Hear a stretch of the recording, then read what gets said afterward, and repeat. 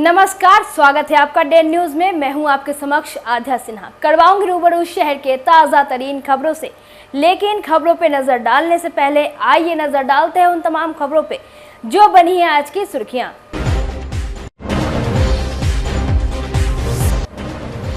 दिन दहाड़े अपराधियों ने स्कूटी सवार महिला पर किया अंधाधुंध फायरिंग, स्थिति गंभीर, इलाके में दहशत का माहौल।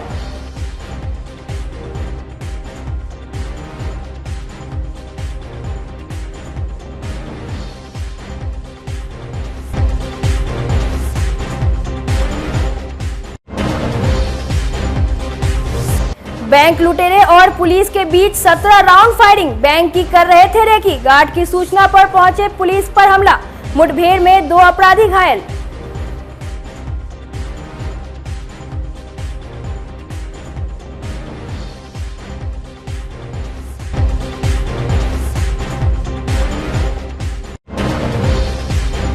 और डीएवी स्कूल में आयोजित नीट की परीक्षा के दौरान केंद्र से फरार स्कॉलर हुक्माराम के घर और मेडिकल कॉलेज तक कार्रवाई तेज, कई जिलों में छापेमारी।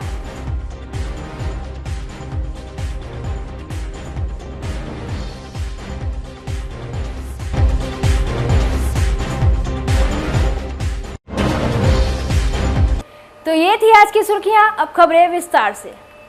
मुजफ्फरपुर में बेखौफ अपराधियों ने बेला औद्योगिक थाना क्षेत्र के बेला मोड़ के पास प्राइवेट कंपनी में काम करने वाली एक स्कूटी सवार महिला पर अंधाधुंध फायरिंग कर दिया। इस घटना में महिला के पेट में 3 गोली लगी है। लगातार फायरिंग की आवाज सुनकर इलाके में दहशत का माहौल कायम हो गया। गोली चलाने के बाद तीनों बाइक सवार बदमाश मौके से फरार हो गए। सूचना मिलने के बाद मौके पर बेला थाना पुलिस के साथ मिठनपुरा थाने की पुलिस भी पहुंची और तहकीकात शुरू कर दी।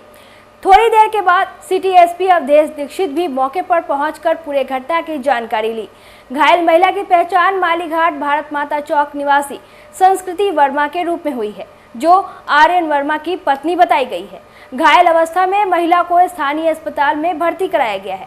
डॉक्टर की निगरानी में उसका इलाज किया जा रहा है। फिलहाल पुलिस पूरे मामले पर जांच पड़ताल में जुटी हुई है।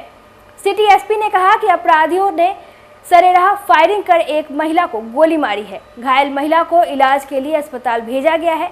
पुलिस की टीम जांच पड़ताल कर रही है। महिला के बयान दर्ज कराने के बाद आगे की कार्रवाई की जाएगी। इधर स्थानीय लोगों का कहना है कि दिन दहाड़े बदमाशों ने पहले महिला को रोकना चाहा और जब महिला नहीं रुकी तो पहले अपराधियों ने हवा में गोली चलाई। फिर भी महिला भागने की कोशिश कर रही थी, तभी अपराधी ने महिला को पीछे से गोली मार दी। गोली मारने के बाद अपराधी बड़े आराम से भाग निकले। इधर सीसीटीवी कैमरे में अपराधियों की करतूत कैद हो गई है। इधर अपराधियों की गिरफ्तारी के लिए पुलिस की विशेष टीम का गठन कर दिया गया है, जो लगातार कई इलाकों में छापेमारी कर रही है। आशंका जताई जा रही है कि पारिवारिक विवाद में महिला पर जानलेवा हमला किया गया है। 10:11 पर गोली का आवाज़ आया था, तो हम लोगों को लगा कि बाइक से कोई फटाका उटाका जो करता है वो था। तो हम लोग बाहर निकल के देखे तो एक पल्सर गाड़ी पे 3 आदमी सवार था और 2 बैठा हुआ था गाड़ी पे। एक गाड़ी से उतर के बंदूक से महिला को गोली मारा। 3 गोली लगा है और हवाई फायरिंग भी किया है और भाग गया। वो किस साइड भागा है? वो पार्ले जी की तरफ सीधा गया है। अच्छा, फायरिंग करते हुए भागा? हाँ, क्या राउंड फायरिंग किया? करीबन वो 5 गोली चलाया था, जिसमें से 2 हवा में था और 3 महिला को लगा है। ये महिला कहाँ आ रही थी? महिला ये मल्होत्रा इंजीनियरिंग वर्क में आई काम करती थी। रामबाग की है? जी, रामबाग की महिला है। क्या उम्र होगी उसकी? उम्र तो कुछ खास नहीं, 30-32।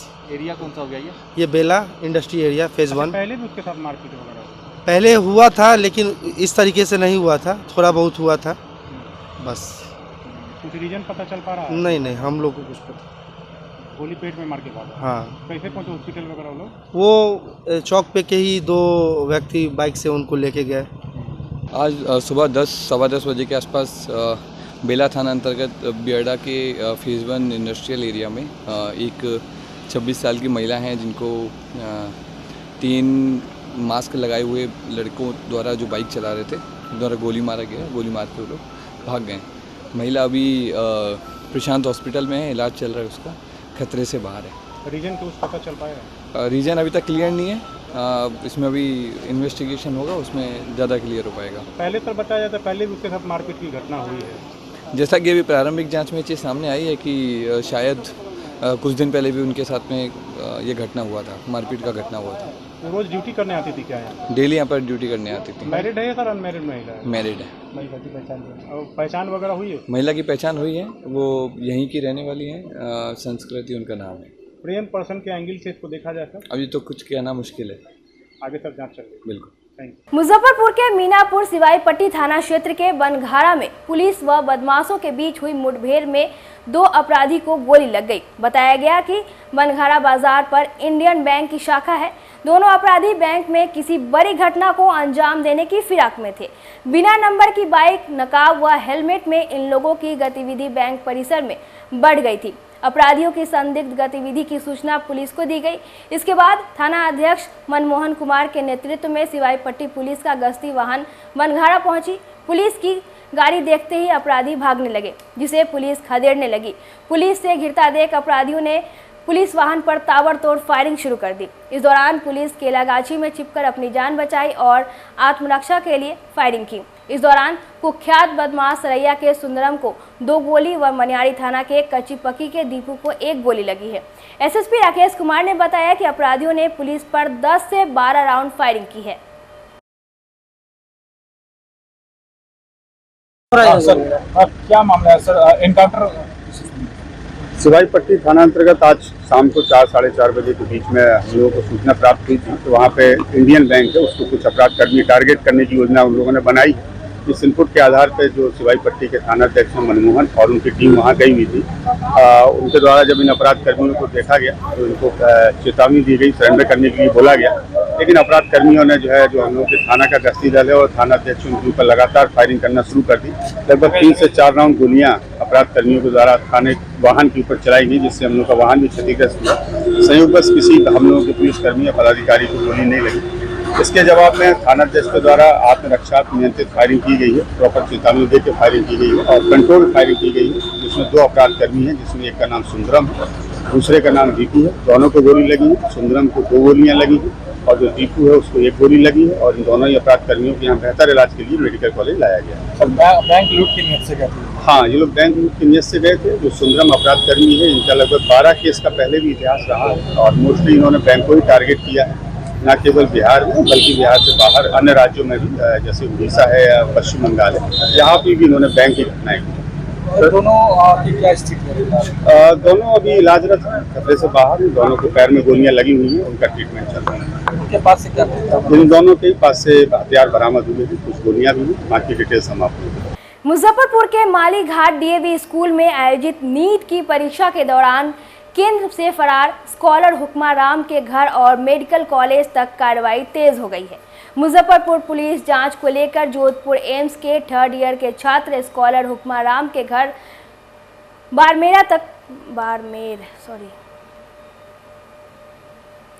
मुजफ्फरपुर के माली घाट डीएवी स्कूल में आयोजित नीट की परीक्षा के दौरान केंद्र से फरार स्कॉलर हुक्मा राम के घर और मेडिकल कॉलेज तक कार्रवाई तेज हो गई है। मुजफ्फरपुर पुलिस जांच को लेकर जोधपुर एम्स के 3rd ईयर के छात्र स्कॉलर हुक्मा राम के घर बाड़मेर तक पहुंच गई है। इस दौरान कई लोग से पूछताछ और जरूरी कागजात जब्त किया गया है। आपको बता दें कि मुजफ्फरपुर के डीएवी स्कूल स्थित परीक्षा केंद्र में नीट की परीक्षा के दौरान इलाहाबाद के छात्र राज पांडे की जगह हुक्मा राम परीक्षा देने आया था, लेकिन बायोमेट्रिक जांच में पकड़े जाने के बाद मौके पर से चकमा देकर भाग निकला, जिसके बाद मिठनपुरा थाने की पुलिस ने कार्रवाई करते हुए एफआईआर दर्ज किया और इसके साथ ही केंद्र के इंचार्ज की भूमिका पर भी सवाल उठाए गए और मिठनपुरा थाने को कई अहम जानकारी भी मिली है, जिसको लेकर पुलिस आगे की कार्रवाई कर रही है। पूरे मामले को लेकर सिटी एसपी अवधेश दीक्षित ने बताया कि इस मामले में पुलिस ने एसआईटी का गठन कर 2 टीम बनाई है। सभी टीम राजस्थान और उत्तर प्रदेश में कार्रवाई कर रही है। इस दौरान एक टीम ने इलाहाबाद में रेड करते हुए ओरिजिनल छात्र राज पांडे के घर पहुंची, लेकिन वह घर से फरार हो गया था। वहीं उसके पिता डॉक्टर RN पांडे भी फरार हो गए थे। पुलिस की टीम इस दिशा में लगातार कार्रवाई कर रही है, जबकि दूसरी टीम जोधपुर एम्स के संपर्क में है और जानकारी लेकर हुक्माराम की करतूत को एम्स प्रबंधन को अवगत कराया है। ताज़ा क्या अपडेट है और क्या कार्रवाई की जा रही है? नीट वाले मामले में हम लोगों ने FIR रजिस्टर करने के बाद में दोनों अभियुक्तों की राज पांडे और हुक्माराम दोनों की गिरफ्तारी के लिए नामपत्र सत्यापन के लिए हम लोगों ने टीम दूसरे राज्यों में भेजी हुई है और दोनों का सत्यापन भी हुआ है। जैसा कि FIR में भी है कि राज पांडे इलाहाबाद का रहने वाला है, उसका भी हम लोगों ने सत्यापन किया है। हुक्माराम जो जोधपुर एम्स में 3rd ईयर का स्टूडेंट है, उसका भी सत्यापन हुआ है और वो बाड़मेर का रहने वाला है और वो जब से घटना हुई है तब से भागा हुआ है। जोधपुर एम्स के जो लोग से भी जानकारी वगैरह जुटाई जा रही थी राज। हाँ, तो वो तब से भागा हुआ है और जब से इवन वो एग्जाम वगैरह भी इस बार नहीं दिया, तो हम लोग उस पर काम कर रहे हैं। और ये इलाहाबाद वाले रेड में क्या अपडेट हुआ चल रहा है? उसमें इलाहाबाद में भी हम लोगों ने नाम सत्यापन हुआ है और इसके अंदर में अरेस्टिंग के लिए भी हम लोग अगला कार्रवाई करेंगे, वारंट वगैरह हम लोग उसमें निकलवाएंगे। राज पांडे के पिताजी चिकित्सक है, वहाँ पे प्रतिष्ठापित है। हाँ, उसके फादर चिकित्सक हैं। उनके बारे में भी कि उन्होंने अपने बेटे को जो है इस तरह से इन्वॉल्व किया? नहीं, अभी तक तो ऐसा कुछ आया नहीं है। हम लोग लेकिन अनुसंधान का विषय, अनुसंधान में जांच करेंगे इस चीज़ का। सभी बिंदुओं पर जांच की। सर, हुक्माराम के संपर्क में लोग कैसे हैं? अब ये अनुसंधान हम लोग कर रहे हैं, अनुसंधान में क्लियर हो पाएगा। और किसी का नाम आया है इसमें? नहीं, कैसे कोई फॉरवर्ड करेंगे? नहीं, अभी तक ऐसा कुछ नहीं। मंगलवार को तिरहुत स्नातक निर्वाचन क्षेत्र के उपचुनाव को लेकर भारतीय जनता पार्टी के प्रदेश कार्य समिति सदस्य राजेश कुमार रोशन ने एक प्रेस वार्ता कर अपनी उम्मीदवारी की घोषणा करते हुए कहा कि तिरहुत क्षेत्र के स्नातक युवाओं की समस्या एवं उनके उज्जवल भविष्य के कई महत्वपूर्ण बिंदुओं पर सदन में मजबूती से रखते हुए शैक्षणिक संस्थाओं को भी भरपूर सहयोग प्रदान करने का काम प्रमुखता से करेंगे। विश्वविद्यालय के शैक्षणिक सत्र को नियमित करने, लोकतांत्रिक प्रक्रिया से आंदोलन भी करते हुए छात्र और शिक्षक के बीच के संबंध को मधुर बनाने का कार्य भी करेंगे। साथ ही तिरहुत स्नातक क्षेत्र अंतर्गत वैशाली, मुजफ्फरपुर, सीतामढ़ी एवं शिवहर के समग्र विकास हेतु तमाम संभव उपायों पर ईमानदारी पूर्वक कर्मठता के साथ सदन में अपनी आवाज़ को रखेंगे। प्रेस वार्ता में प्रोफेसर मनोज कुमार सिन्हा, अखिलेश्वर नाथ त्रिवेदी, नवेंदु भूषण झा, मनोज मधुर साहनी, प्रोफेसर अजय कुमार श्रीवास्तव, रविनंदन सहाय, प्रोफेसर राजीव कुमार, अरुण कुमार सिंह, केतन आनंद, अजीत कुमार समेत सैकड़ों समर्थक मौजूद रहे। ये तिरहुत स्नातक निर्वाचन क्षेत्र से श्री देवेश चंद्र ठाकुर जी के चुनाव जीतने के बाद यह पद रिक्त हो गया है और इस पर चुनाव होने वाला है। इसी के मद्देनज़र आज हम लोगों ने बैठक किया है और बैठक में सब लोगों के सहयोग से मेरी उम्मीदवारी तय हुई है और आने वाले समय में मैं ये स्नातक का चुनाव लड़ूंगा। मेरा एजेंडा क्या रहेगा, किस चीज़ को देखते हैं? देखिए, मेरा एजेंडा है संपूर्ण विकास का, क्योंकि मुजफ्फरपुर लगातार ही बिहार में पिछड़ा होता चला जा रहा है। तो मुजफ्फरपुर के पिछड़ेपन को दूर करने के लिए मैं यहाँ 24-25 साल से सामाजिक और राजनीतिक क्षेत्र में काम कर रहा हूँ। मुजफ्फरपुर के विकास के लिए तत्पर रहा हूँ। तो आगे भी मैं इस मुजफ्फरपुर की आवाज़ को सदन में उठाऊंगा और जितना संभव हो मुजफ्फरपुर का विकास करने का प्रयास करूंगा। समर्थन किसी का मिला है? भाजपा से आते हैं? मैं भारतीय जनता पार्टी से हूँ। पार्टी के लोगों को मैंने बता दिया कि मैं चुनाव लड़ रहा हूँ। समय आने पर जैसा वो उचित समझेंगे करेंगे। क्या लग रहा है, जदयू समर्थन करेगी? जदयू को तो आप लोग समर्थन करते आ रहे हैं। देखिए, समय की बात है। हमने दोनों जगह ही आवेदन दे दिया है कि मैं चुनाव लड़ूंगा और आज इसीलिए मैं घोषणा भी कर रहा हूं कि मैं चुनाव लड़ूंगा। और चूंकि चुनाव पार्टी स्तर पर होता नहीं है, इसलिए मैं पार्टी से भी प्रयास कर रहा हूं कि दोनों ही दल से मुझे समर्थन मिल जाए। क्योंकि 24 साल से मैं भारतीय जनता पार्टी की सेवा कर रहा हूँ। अभी वर्तमान में प्रदेश कार्य समिति का सदस्य हूँ। मैंने कोरोना काल में भी बहुत काम किया है और यहाँ से वैक्सीनेशन से लेकर के ऑक्सीजन सिलेंडर, लोगों का इलाज कराना इत्यादि काम हमने कोरोना में हमारी पूरी टीम ने किया है। तो हम लोग की एक पूरी टीम मुजफ्फरपुर, सीतामढ़ी, शिवहर और हाजीपुर में है और उस टीम के सहारे आज हम चुनाव लड़ने की घोषणा कर रहे हैं। समस्या की बात की जाए तो क्या लगता है आपके नजरिए से इसको आप बदलना चाहेंगे? मुजफ्फरपुर की ये सड़क की जो व्यवस्था है, रोड है, जाम लगता है, उसकी व्यवस्था है। मुजफ्फरपुर में विद्यालयों की स्थिति, स्कूलों की स्थिति, स्नातक के लोगों का जो लोगों की समस्या है, उस समस्या पर रोजगार सृजन के क्षेत्र में और भी जो भी मुजफ्फरपुर में विकास है उसके लिए हम लोग काम करेंगे। जिसे स्नातक क्षेत्र का प्रतिनिधित्व करने जा रहे हैं जी बिहार विश्वविद्यालय, जी। स्नातक 3 साल की जगह 5 साल से 6 साल में। जी जी सबसे बड़ी समस्या तो ये है। जी, इसके लिए मैं सदन में आवाज़ उठाऊंगा और प्रयास करूंगा कि अन्य विश्वविद्यालयों की तरह ही बिहार विश्वविद्यालय का भी समय पर एग्जाम हो और समय पर रिजल्ट निकले। यहाँ की शिक्षा की गुणवत्ता की बात की जाए तो वो काफ़ी खराब माना जाता है। देखिए, जो शैक्षणिक व्यवस्था है सही में अब तो मध्य विद्यालयों में, उच्च विद्यालयों में बहुत सुधार हो रहा है और आगे भी जो है जो विश्वविद्यालय की समस्या है, विश्वविद्यालय की समस्या के लिए भी हम लोग प्रयास करेंगे, सदन में इसका आवाज़ उठाएंगे कि गुणवत्तापूर्ण शिक्षा हो, शिक्षा मिले लोगों बच्चों को और समय पर शिक्षा मिले, समय पर एग्जाम हो, समय पर रिजल्ट हो, ताकि जैसे कि यहाँ मुजफ्फरपुर में एग्जाम लेट से होता है, दूसरे जगहों में एडमिशन हो जाता है, मुजफ्फरपुर के बच्चे वंचित रह जाते हैं। तो हम प्रयास करेंगे कि शिक्षा में, सड़क में और स्वास्थ्य में मेरा पूरा ध्यान रहेगा कि ये समस्या यहाँ से सुधरे। अगर पार्टी समर्थन नहीं करती है तो क्या निर्दलीय उतरेंगे मैदान में? इसका जवाब आगे दूंगा। सेब की खेती अमूमन ठंडे प्रदेश कश्मीर, शिमला, हिमाचल प्रदेश जैसे जगहों में ही होती है, लेकिन मुजफ्फरपुर के एक प्रगतिशील किसान इस भीषण गर्मी में भी सेब उगाकर लाखों रुपए कमा रहे हैं। मुजफ्फरपुर जिले के सकरा प्रखंड के गन्नीपुर बेझा गांव के किसान रामनंदन प्रसाद ने 3 साल पहले पारंपरिक खेती छोड़कर सेब के बागान लगाए, जिसमें अब सेब फलने भी लगे हैं, जिसकी डिमांड मार्केट में काफ़ी है। सेब की खेती कर रहे किसान रामनंदन प्रसाद ने 1999 में गणित से एमएससी किया और गोल्ड मेडलिस्ट बने। बावजूद उन्होंने नौकरी न करके खेती को चुना और आज बेझा फार्मर प्रोड्यूसर कंपनी के तहत अलग अलग तरह के फलों का उत्पादन कर रहे हैं, जो अमूमन हर जगह नहीं होता। रामनंदन प्रसाद ने बताया कि सेब की अन्ना HRMN 99 प्रजाति के पौधे हैं जो 50 डिग्री तापमान तक में उपज दे सकते हैं। किसान रामनंदन प्रसाद ने बताया कि उन्होंने कश्मीर जाकर सेब की खेती देखी थी, इस संबंध में जानकारी भी ली थी। उसके बाद सेब का 100 पौधा लेकर आया और अपने खेत में लगाया। अभी पौधा मात्र 3 वर्ष का है, जिसमें प्रति पौधा करीब 10 किलो सेब तैयार हुआ है। इसमें 100 पौधा है, करीब 10 क्विंटल सेब की पैदावार का अनुमान है। वहीं पौधा बढ़ने पर पैदावार भी बढ़ती जाती है। 5 वर्षों में प्रति पौधा 50 किलो सेब उत्पादन होने का अनुमान है। किसान रामनंदन ने बताया कि सेब का पौधा लगाने से पहले उसके जड़ में वर्मी कंपोस्ट दिया जाता है, साथ ही ज़मीन में पर्याप्त सिंचाई की ज़रूरत पड़ती है। पौधा बड़ा होने पर उसमें जीवामृत के साथ जैविक पौधावर्धक टॉनिक का छिड़काव आवश्यक है। किसान रामनंदन प्रसाद का कहना है कि अब वे सेब की खेती से अच्छी आय की प्राप्ति नहीं कर रहे हैं, बल्कि किसानों को सेब की खेती के प्रति जागरूक भी कर रहे हैं। जी, पिछले 3 साल से सेब की खेती कर रहे हैं। आप गोल्ड मेडलिस्ट रह चुके हैं मैथमेटिक्स से, उसके बाद आपने खेती क्यों चुना?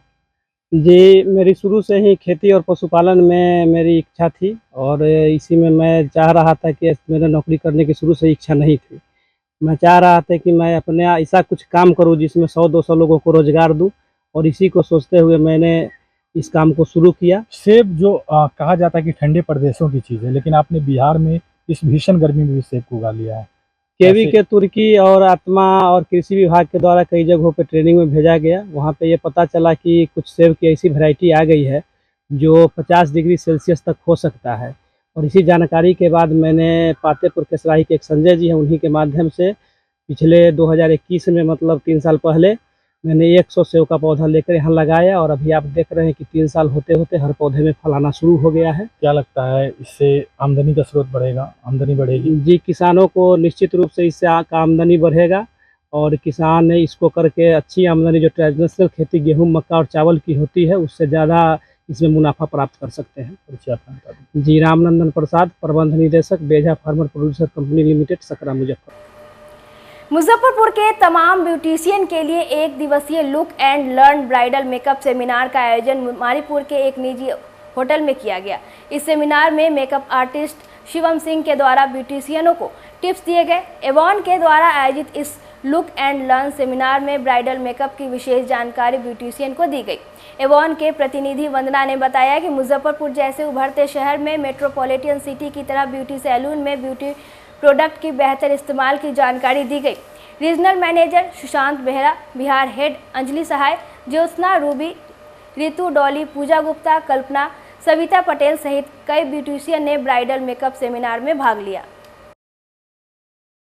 फर्स्ट ऑफ ऑल आज जो सेमिनार हो रहा है, this is a grand success all because of the beauticians जिन्होंने मिलकर सक्सेस बनाया है। और यहाँ पर लर्निंग अपॉर्चुनिटीज़ जो है, we are going to tell about our products, A1 products, which is actually making people beautiful, brave from past 138 years. तो यहाँ पर हम प्रोडक्ट्स के बारे में लोगों को बताएंगे कि कैसे स्किन का केयर करें, कैसे सुंदर बने मेकअप प्रोडक्ट्स को यूज़ करके। And this is all because Avon is actually providing such an amazing and effective products.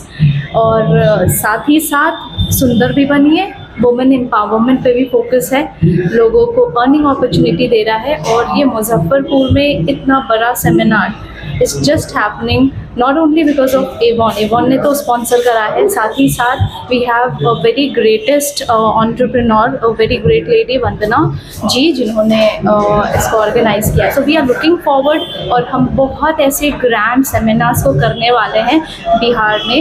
And या Avon is going to change people lives. ये ऐसा सेमिनार जो है मेकअप का सेमिनार है, इसमें स्किन केयर के बारे में भी बताया गया है एवॉन कंपनी की तरफ से। तो बहुत ज़्यादा बेनिफिट है हम लोगों का कि मेकअप तो सीखेंगे ही, साथ में स्किन केयर कैसे करें वो सारा कुछ सीखने को मिल रहा है। तो इसीलिए इस पर्पज़ से हमने इस सेमिनार को किया है। बहुत अच्छा हो रहा है।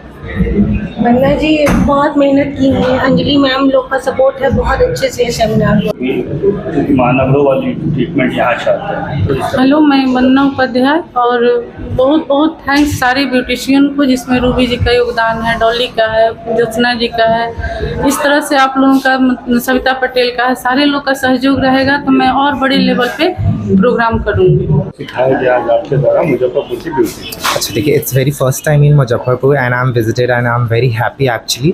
एंड यहाँ पे जो भी बच्चे, इट्स वेरी कोऑर्डिनेटिंग और ये नई टेक्निक सीखना चाहते हैं मेकअप के, जो कि हमारे पास है available. It's a sweat proof makeup, it's amazing makeup look, it's a new criteria makeup. तो ये सारी चीज़ें हम अभी बच्चों के साथ शेयर कर रहे हैं। क्या कुछ नया जानकारी? डेफिनेटली नया, because this industry is a very growing industry and we are a trendsetter. सो हम लोग वही ट्रेंड सेट कर रहे हैं, नई नई चीज़ें रोज़ दिन पे दिन अच्छी अच्छी चीज़ों को हम यूनाइट कर रहे हैं, जो कि हम बच्चों के पास भी वो चीज़ें पहुंचा रहे हैं। नमस्ते, मैं सुशांत हूँ और हम एवॉन की तरफ से हैं। मैं रीजनल मैनेजर हूँ और आज मुजफ्फरपुर में एक बहुत बड़े आकार में हमने एक प्रोग्राम ऑर्गेनाइज़ किया है, जिसमें तमाम जो ब्यूटिशियंस हैं यहाँ पे मुजफ्फरपुर का, वो सब एकत्रित हुए हैं। और यहाँ पे एक हमारे बिहार के एक बहुत बड़े मेकअप आर्टिस्ट जिनका नाम शिवम सिंह है, उन्होंने आज ये प्रोग्राम को होस्ट किए हैं, उसको सिखा रहे हैं, जानकारी दे रहे हैं कि प्रोडक्ट्स कैसे इस्तेमाल किया जाए और ये प्रोडक्ट को इस्तेमाल करके कैसे बेहतरीन सुंदर बनाए लोगों को। उसके अलावा कैसे हम लोग इनकम अपॉर्चुनिटीज़ दे सकते हैं एवॉन के माध्यम से, वो भी हम लोग आज जानकारी दिए हैं। और एवॉन का एक ही मकसद है कि सारा भारतवर्ष में छोटे से लेकर बड़े टाउन पे हम लोग ऐसे प्रोग्राम्स ऑर्गेनाइज करें, ताकि नारी सशक्तिकरण में हम लोग ज़्यादा बेनिफिट दे सकें और घर में जो बैठे हुए औरत हो चला आगे आ सके और अपने कुछ इनकम कर सके, फैमिली को सपोर्ट सके। और ये प्रोडक्ट्स बहुत ही वर्ल्ड क्लास है और ये प्रोडक्ट को इस्तेमाल करके काफ़ी लोग सेटिस्फाइड हुए हैं। करीबन 138 साल से एवॉन वर्ल्ड वाइड मार्केटिंग कर रही है और इंडिया में करीबन 25-26 साल से है। और हम चाहते हैं कि बिहार को ब्यूटी में एक अलग पहचान दिया जाए भारतवर्ष में, और यही हमारा हमेशा प्रयास रहेगा। और आगे चल के काफ़ी सारे जगह पे बिहार में छोटे छोटे टाउन्स में, सिटीज़ में हम इसको ऑर्गेनाइज करेंगे। और ये हमारा एक ही लक्ष्य है कि हम सबको बोलना चाहते हैं इस माध्यम से, वीडियो के माध्यम से, कि आप ऐसे प्रोग्राम्स को अटेंड करें और खुद को भी सुंदर बनाएं, अपने दोस्त रिलेटिव्स को सुंदर बनाएं, उसके साथ साथ कुछ इनकम अपॉर्चुनिटीज़ भी पाए और खुद को आप सक्षम बनाएं कि अपनी फैमिली को एक अर्निंग दे सकते हैं। आज के लिए बस इतना ही। कल फिर मिलेंगे कुछ नई खबरों के साथ। तब तक मुझे और मेरे पूरे न्यूज़ टीम को दीजिए इजाज़त। नमस्कार।